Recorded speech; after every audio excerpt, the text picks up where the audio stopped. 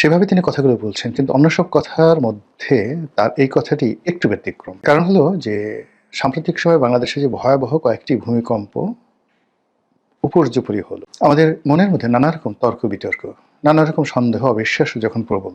কেন এই ভূমিকম্প? এটা কি আমাদের পাপের ফলে হলো? নাকি এটা নিতান্তই প্রাকৃতিক বিপর্যয়? অথবা আমরা যে পরিবেশের ভারসাম্য নষ্ট করেছি সে কারণে হলো? নাকি বর্তমানে যারা সরকার চালাচ্ছেন তাদের কোনো ভুল এবং ভ্রান্তির কারণে আরশে আজিম থরথর করে কেঁপে ওঠে? বিশ্বাস করেন এই প্রশ্নগুলোই কিন্তু মানুষের মধ্যে যখন ঘুরপাক খাচ্ছিল তখন কেউ কেউ আবার বলার চেষ্টা করলেন, আওয়ামী লীগের যারা লোকজন, যে শেখ হাসিনার অবর্তমানে দেশ ভালো চলছে না এবং শেখ হাসিনার বিচারের রায় যেভাবে ঘোষিত হয়েছে এই কারণে ভূমিকম্প হয়েছে। এই কথা কিন্তু আলোচনা হচ্ছিল এবং সামাজিক মাধ্যম খুলে দেখেন যে আমি যে প্রসঙ্গগুলো বললাম ঠিক সেই প্রসঙ্গগুলো ঠিক এইভাবেই হুবহু আলোচনা চলছিল ভূমিকম্পের পর। ঠিক এটাকে এনক্যাশ করে স্বয়ং শেখ হাসিনা যখন তিনি নিজের মুখে বললেন, আল্লাহ ভালো জানেন, আমাকে যেদিন ফাঁসি দিল সেদিনই এই ভূমিকম্প হলো, হয়তো এজন্য হয়েছে। আর এই কথাটা নিয়ে মূলত আজকে আলোচনা করব। শেখ হাসিনার জন্য ভূমিকম্প হলো কি হলো না, কিংবা ধরুন অন্য কি প্রাকৃতিক কারণে ভূমিকম্প হলো কি হলো না, এই বিষয়গুলো নিয়ে বলার আগে মূলত রাজনীতির সঙ্গে প্রকৃতির কি সম্পর্ক, এবং কখনো কখনো এমন সব ঘটনা ঘটে যে ঘটনার কোনো কার্যকরণ খুঁজে পাবেন না, যার মধ্যে আল্লাহর ইচ্ছা, আল্লাহর অনিচ্ছা, আল্লাহর ক্রোধ, আল্লাহর রাগ, এই জিনিসগুলো ফুটে ওঠে। এরকম কিছু ঐতিহাসিক ঘটনা বলবো।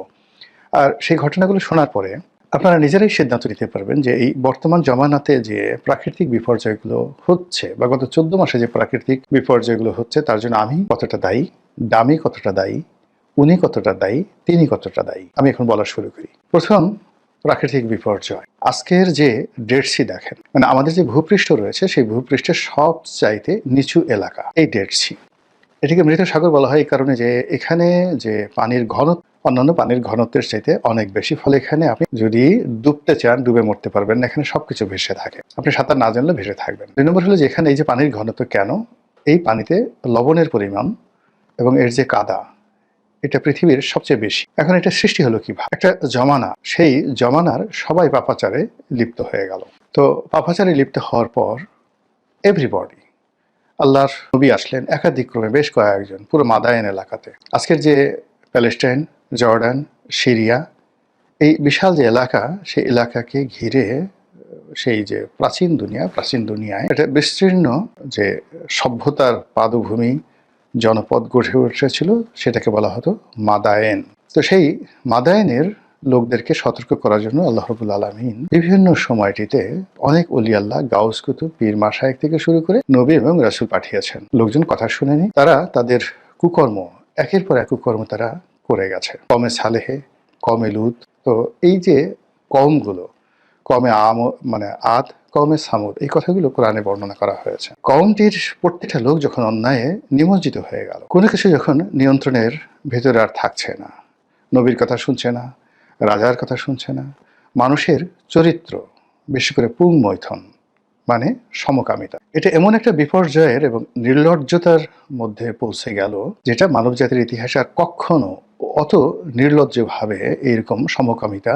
আল্লাহ সিদ্ধান্ত নিলেন এই জমিটাকে তিনি জিব্রাইলকে পাঠালেন। জিব্রাইল তার পাখা দিয়ে সেই জমিনটাকে একটা বাড়ি দিয়ে পুরো জমিনটাকে উল্টে দিলেন। মানুষজন, ঘর বাড়ি, পাহাড় পর্বত যা কিছু ছিল ওই ডেড সির পুরো এলাকাটা উল্টে গেল, দেবে গেল, সব কিছু নিচে পড়ে গেল, আর সেখানে একটা হ্রদ বা সাগর তৈরি হয়ে গেল এই মানুষের চরিত্রের কারণে। পৃথিবীতে যখন কোনো মহামানব আসে, আল বিদায় এবং আল নেহায়া গ্রন্থে আপনি এটি দেখতে পাবেন। মুহাম্মদ রাসূলুল্লাহ সাল্লাল্লাহু আলাইহি ওয়াসাল্লাম যেদিন জন্মগ্রহণ করলেন, ইবনে কাসিরের বর্ণনা মতে একটা ভূমিকম্প হলো এবং সেই ভূমিকম্পে ওই মুহূর্তে পৃথিবীর সবচেয়ে সুপার পাওয়ার ছিল Roman dynasty and Persian dynasty. Persian ডাইনেস্টির যে সুপার পাওয়ার, সেই সুপার পাওয়ার তখন সেটার সম্রাটের নাম ছিলেন নওশের ওয়া। তার যে প্রাসাদ, সে প্রাসাদের গম্বুজ ভেঙে গেল এবং মক্কা থেকে যারা ওই রাতে একটা অদ্ভুত আকাশে আলো দেখে, সিরিয়ার রাজধানী দামেস্ক থেকে একেবারে পারস্য পর্যন্ত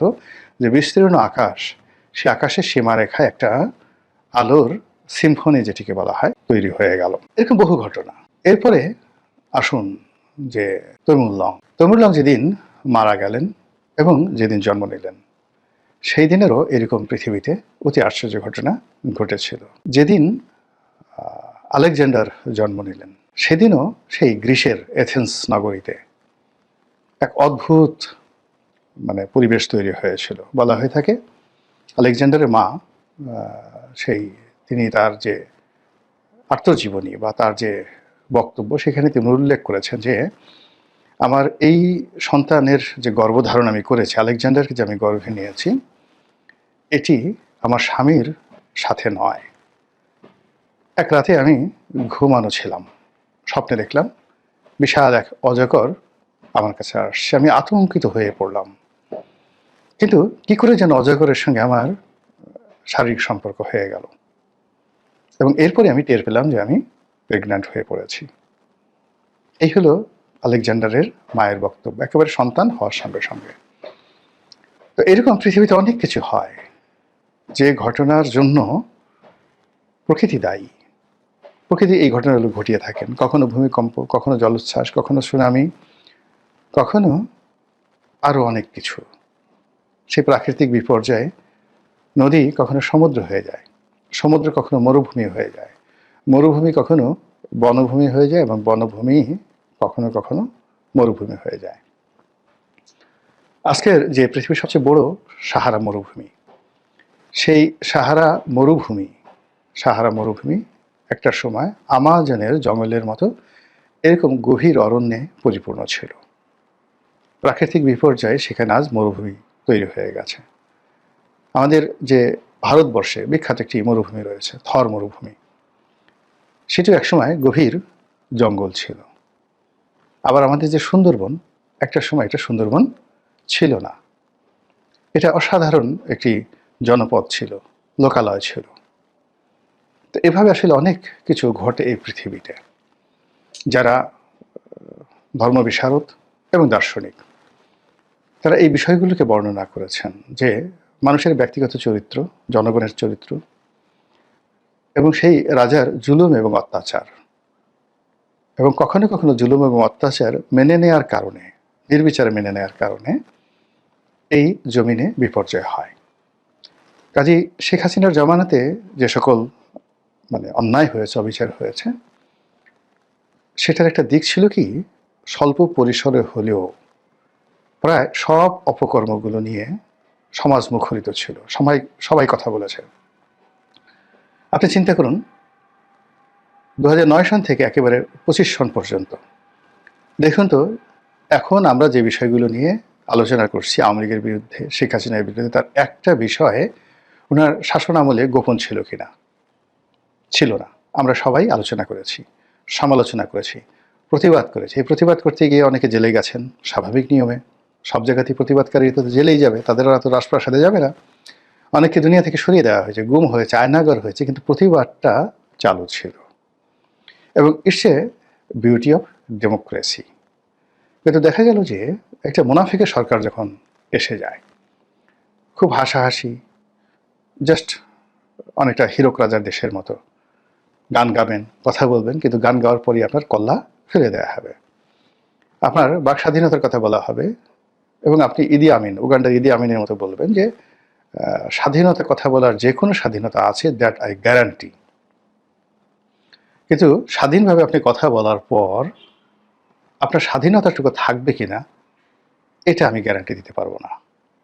কি অসাধারণ বিবিসিতে সেই বক্তব্য, অসাধারণ সেই বক্তব্য। তো এখন সেই রকম যখন কোনো একটা জনপদে এরকম একটা মুনাফিকির সরকার চলতে থাকে, যারা মানুষকে স্বপ্ন দেখায়, বিভ্রান্ত করে এবং মানুষদেরকে মুক্তির কথা বলে ডেকে আনে, ঘর থেকে এনে তারপর তাদেরকে বন্দি করে এবং হত্যা করে। আমরা যে আনলাকি 13 বলি, সেই আনলাকি 13-এর দিনে, আনলাকি 13 না, আমরা যেটা যে এপ্রিল ফুল বলি, সেই এপ্রিল ফুলটি মূলত ঘটেছিল স্পেনে। সেখানে 800 বছরের মুসলমান শাসক এবং তাদের সমস্ত সম্প্রদায় যখন রাজা ফার্ডিনান্ড এবং রানী ইসাবেলা এদের কাছে পরাজিত হতে থাকলো, এবং সর্বশেষ যে নগরটি, অনেকগুলো নগর ছিল, কর্ডোভা, সেভিল, এরকম একটা নগরী, একেবারে সর্বশেষ নগরী, সেখানে যারা যোদ্ধা তারা পালিয়েছিলেন। মসজিদে আজান দেওয়া হলো, এবং একজন আলেমকে ধরে এনে অস্ত্রের মুখে তাকে দিয়ে আজান দেওয়া হলো। পলাতক যারা সৈন্য তারা মনে করলেন যে হয়তো কোনো মুসলিম বাহিনী এসেছিল। এর কারণ হলো ওই সময়টা